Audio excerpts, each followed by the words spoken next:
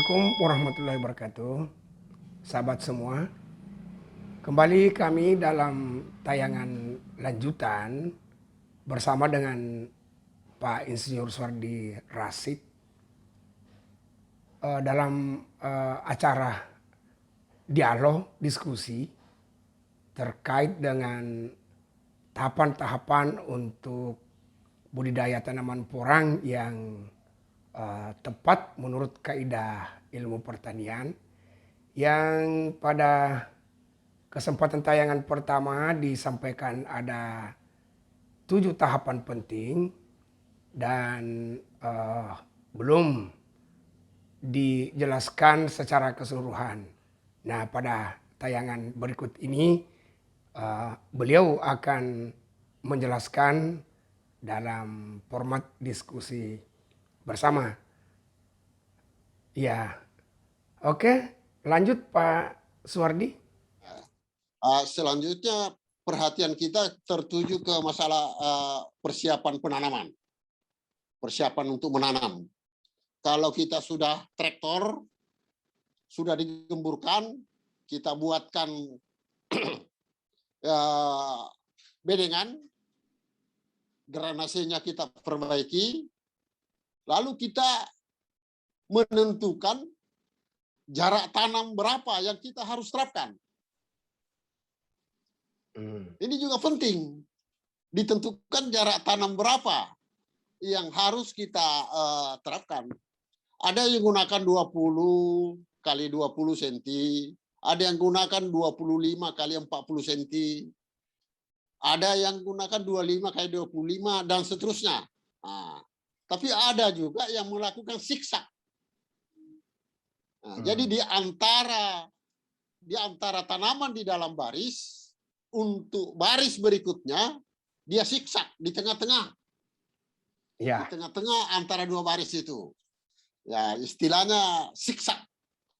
Ya. Tanaman. Nah, ini juga berarti pembagian unsur hara itu di dalam tanah cukup efektif. Cukup efektif.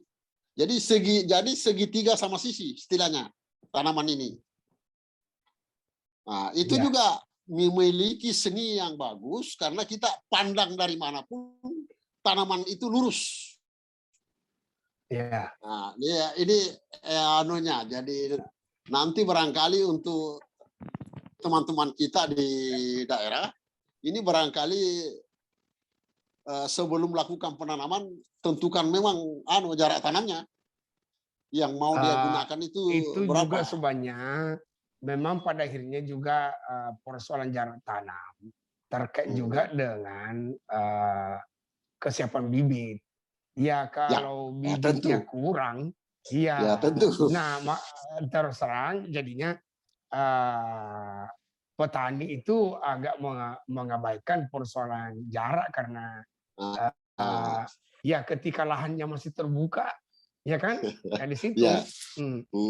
Iya, jadi sangat tentukan jumlah bibit. Ini kan hal-hal yang penting lagi kan, ini seperti apa namanya ya, penggunaan mulsa, penggunaan mulsa, penggunaan kompos. Nah, ini kompos ini saya kira memang kurang efektif kelihatannya kalau hanya dikasih pada beberapa titik di sekitar tanaman. Yang bagus itu kalau bedengan ini dibelah pada titik jalur tanam. Jadi jalur tanam ini diberi pupuk semua, bukan hanya di sekitar tanaman. Tapi bedengan ini dibelah. Tapi artinya tidak perlu juga semua gulu udang itu ditaruh kompos ya? Tidak perlu juga? Saya kira tidak perlu juga karena terlalu mubazir. Karena mubazir juga itu. Mubazir juga kalau seluruhnya dikasih. Jadi pada jalur tanaman itu yang dikasih. Tapi sebanyak-banyaknya. Jadi bibit diletakkan, kira-kira kedalamannya itu 1 jari, dikasih tanah sedikit, baru dikasih kompos. Baru dikasih kompos sepanjang jalur itu. Jadi bukan hanya di sekitar tanaman, tapi sepanjang jalur itu. Hanya tidak itu semua, juga tidak perlu semua. tidak perlu semua, tidak perlu semua tanah yang ada di atas bedengan itu dikasih. Tidak perlu. Iya, karena tentu begitu mubasir. Mubasir. Nah, kemudian memang kalau penggunaan mulsa ini memang bagaimana ya? Karena ada juga saya lihat ya yang contoh yang tidak pakai mulsa, ya cukup bagus juga tumbuhnya. Tapi ya bagaimana itu sebenarnya tentang mulsa ini? Sebenarnya mulsa ini kalau memungkinkan dananya kita pasang justru lebih bagus, karena mulsa ini memberikan kelembaban, di samping itu mencegah munculnya gulma. Jadi gulma ini juga menjadi ancaman bagi petani untuk menghasilkan umbi porang yang baik. Ya, benar. Gulma ini. Iya. Dan jadi, itu teman-teman di lapangan memang itu nyata dialami. Nyata. Ya. Jadi istilahnya baru bersih, baru selesai satu di ujung, dimulai lagi dari awal. Ya, itu memang dialami. Tapi memang mulsa ini memang termasuk melahirkan kelembaban tanah ya. Ya seperti itu juga ya.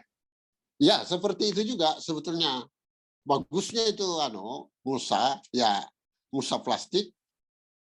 Itu yang paling menguntungkan itu pekerjaan membasmi gulma itu.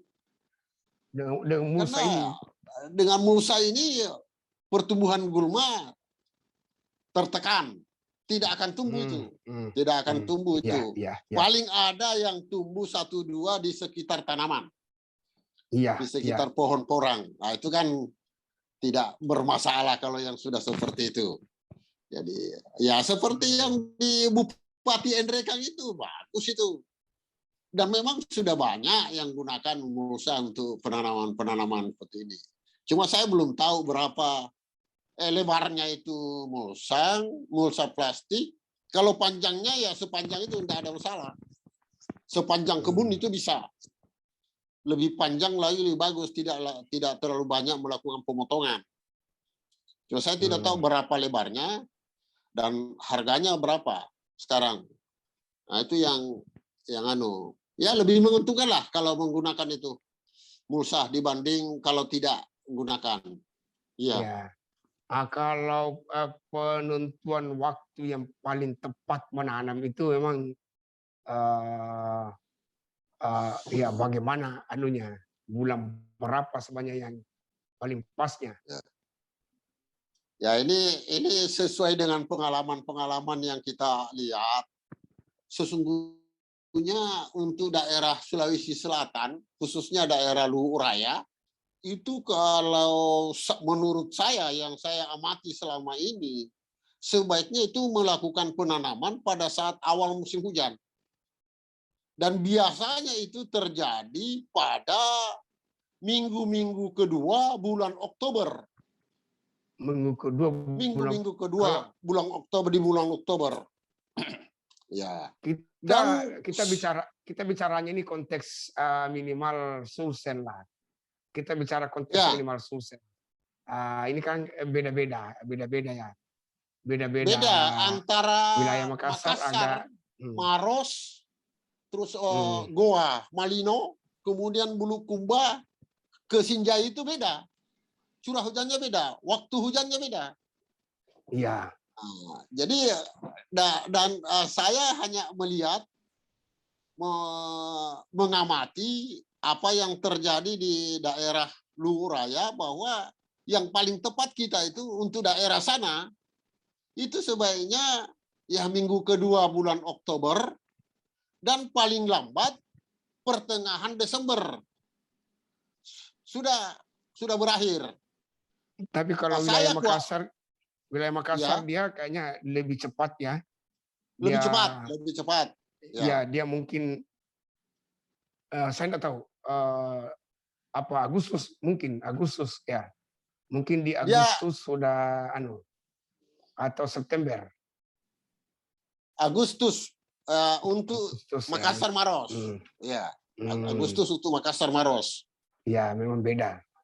Beda, ada perbedaan curah hujan itu.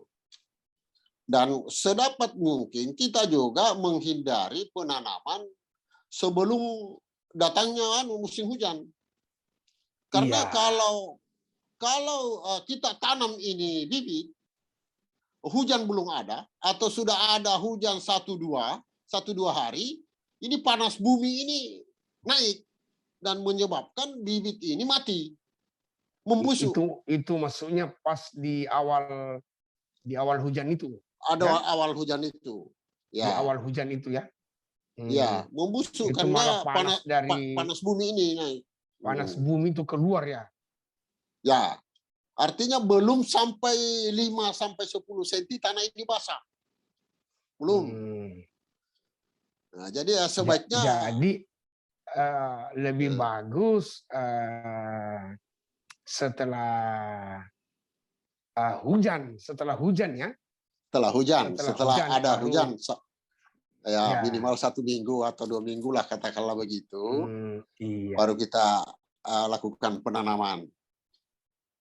Dan insya Allah kalau bibitnya ini memang betul-betul masa dormannya baik dan penangkarannya dilakukan, sudah ada titik tumbuh yang keluar, wah, begitu kita tanam, hujan 1 minggu kemudian itu sudah mulai muncul di permukaan tanah itu batangnya. Iya, kalau memang bibitnya sudah bibit yang relatif sudah siap tanam ya. Iya. Cukup matang. Iya, oke. Tahapan berikutnya yang jadi setelah penanaman ini kelihatannya kemudian pelindung. Jadi saya lihat ada juga satu contoh sebenarnya MDPL di bawah 50 malah artinya tidak sampai 100 ya. Sebenarnya kan kalau secara di sini sangat dianjurkan menggunakan pelindung karena di sini kan relatif udaranya akan udara kering, ya kan? Ya, dibanding daerah pegunungan. Tapi dia malah tidak menekankan pelindung. Dia lebih menekankan itu apa namanya itu terjadinya kelembaban tanah itu. Ya, dengan ini. Ya, tapi sebenarnya tanaman pelindung sendiri ini sebenarnya bagaimana sebenarnya? Tanaman pelindung memang sesuatu yang penting ya untuk betul. Ya. Jadi pada dasarnya tanaman porang ini sebetulnya adalah tanaman kehutanan. Adalah tanaman aslinya, yang tumbuh ya. Artinya tanaman ini tumbuh di bawah naungan tanaman kehutanan. Kayu-kayuan. Aslinya. Dia punya aslinya seperti itu. Ya. Habitatnya dari sana itu. Tanaman porang ini. Ya. Cuman seperti itu.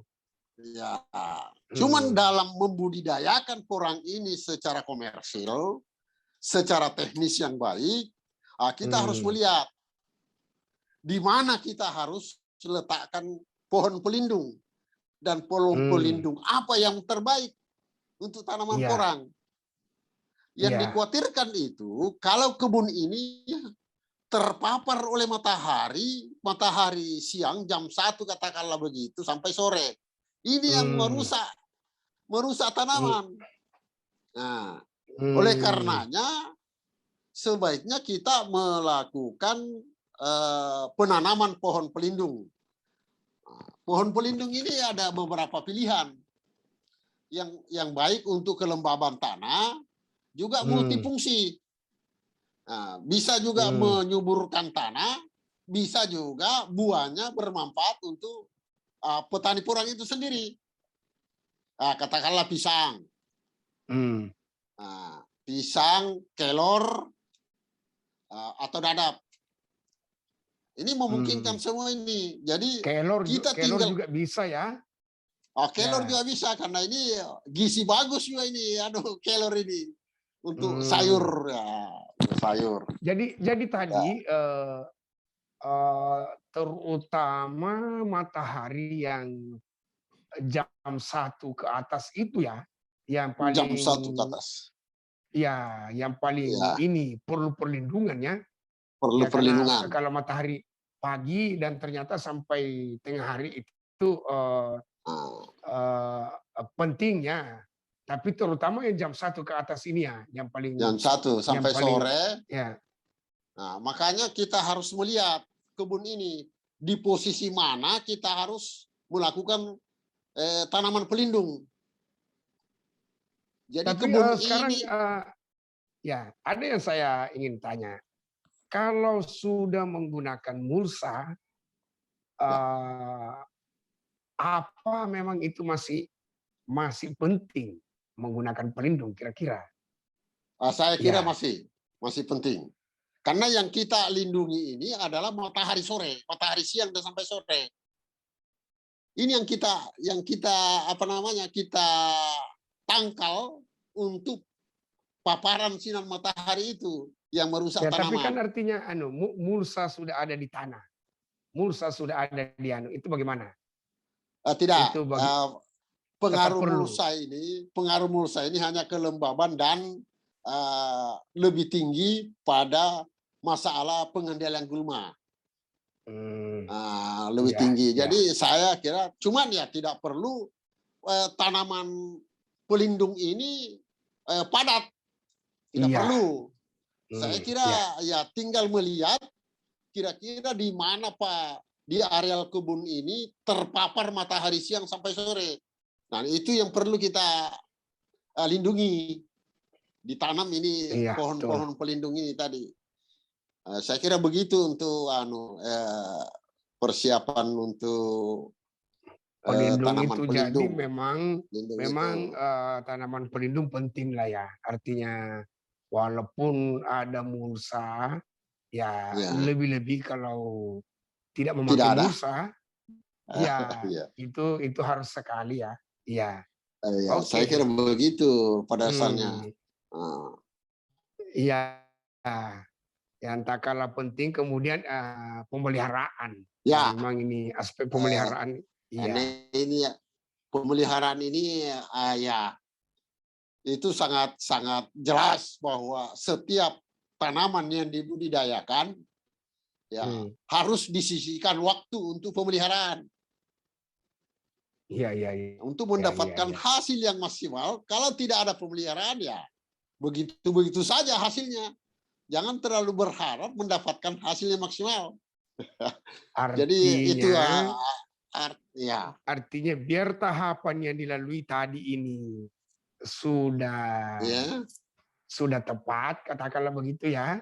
Ya, ya tapi kalau pemeliharaan juga tidak maksimal, pada akhirnya juga akan tidak maksimal hasilnya ya. ya Ya, ya. Tapi tadi memang kalau menggunakan mulsa itu relatif terkendali sudah gulma. Iya ya. Ya paling sisa ya yang ya ya lubang-lubang yang di batang. Jadi pembersihannya sedikit agak agak agak ringan, aman.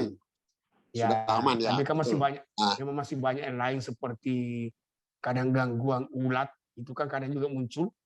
ya Ya, ya ya gangguan ulat dan gangguan kemudian ulat, juga sauna itu fungi, hmm, ya ya jamur-jamur itu ya kalau hmm, ada uh, ya pemberian pupuk cair juga pupuk cair ya.